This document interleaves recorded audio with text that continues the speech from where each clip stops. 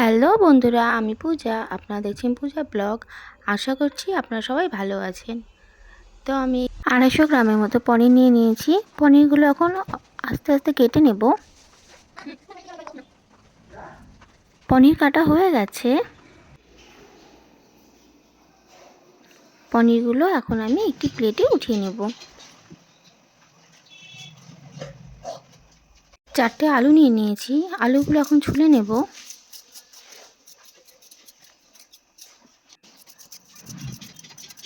একটা একটা করে আমি আলুগুলো ছুলে নিচ্ছি। আলু ছোলা হয়ে গেছে, এখন আলুগুলো কেটে নেব।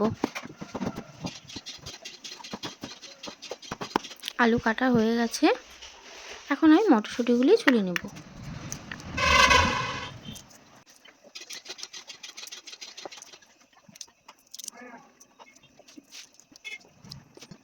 মটরশুঁটি ছোলা হয়ে গেছে,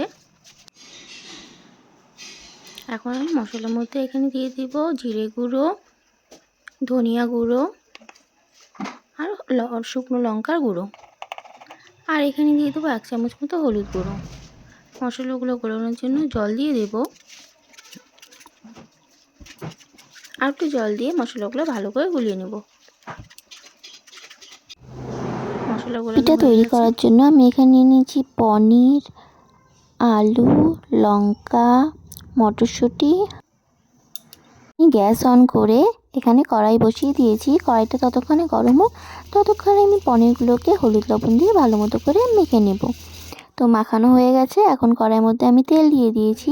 তেলটাও গরম হয়ে গেছে। তেলগুলোকে একটু ভালো করে নাড়াচাড়া করে আমি পনিরগুলো দিয়ে দেবো। পনির ভাজতে বেশি টাইম লাগে না। পনির বেশি ভাজলে পনিরটা শক্ত হয়ে যায়, এর জন্য পনির বেশি ভাজতে হয় না, খুব অল্প ভাজলেই হয়ে যায়। তো দেখতেই পাচ্ছেন পনির এখানে ভাজা হয়ে গেছে। পনিরগুলো আমি একটি প্লেটে নামিয়ে নিচ্ছি। পনির নামানো হয়ে গেছে।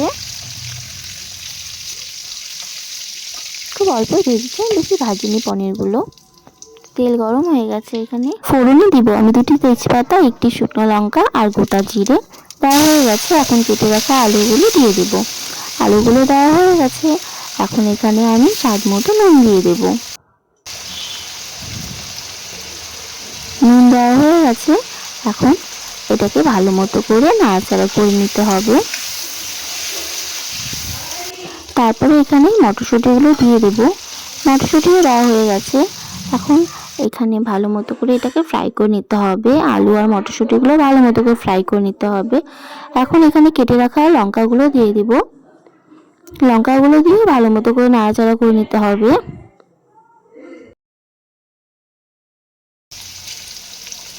এখন এখানে দিয়ে দিব টমেটো। একটা গোটা টমেটো নিয়েছি আমি। গোটা টমেটোটা এখন এখানে দিয়ে দেব।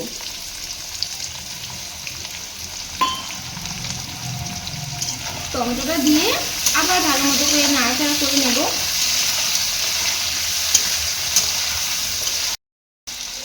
আপনারা দেখতেই পাচ্ছেন এখানে আলু মটরশুঁটি প্রায় ফ্রাই হয়ে গেছে। এখন এখানে আমি মশলাগুলো দিয়ে দেব।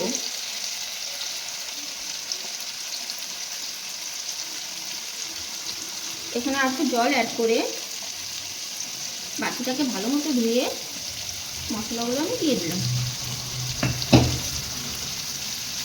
এখন মশলাটা দেওয়া হয়ে গেছে, এখন এটাকে ভালো মতো কষাতে হবে।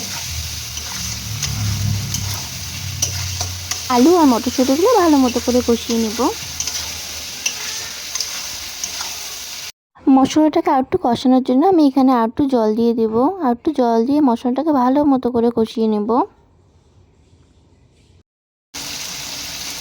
তো আপনারা দেখতেই পাচ্ছেন এখানে মশলা কষানো হয়ে গেছে। তারপরে আমি এখন এখানে দিয়ে দেব ফ্রাই করে রাখা পনিরগুলো।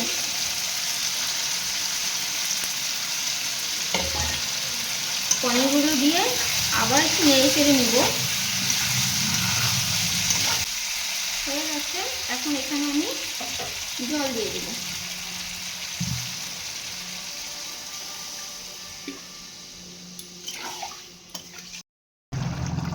তো বন্ধুরা আপনারা দেখতেই পাচ্ছেন এখানে ঝোল ফুটে এসেছে।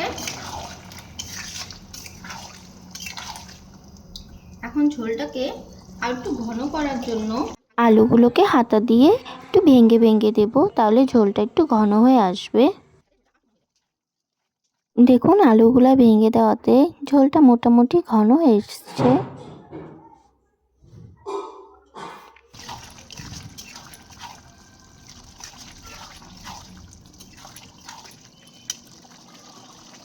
তো ঝোল এখন হয়ে গেছে, তো আমি গ্যাসটা অফ করে দেব। গ্যাস অফ করে এখন আমি পনির আলুটাকে নামিয়ে নেব। নামানো হয়ে গেছে। তো বন্ধুরা ভিডিওটি কেমন লাগলো, রেসিপিটা কেমন লাগলো অবশ্যই জানাবেন। যদি ভালো লেগে থাকে তাহলে like, comment, share and subscribe করে দেবেন। ধন্যবাদ।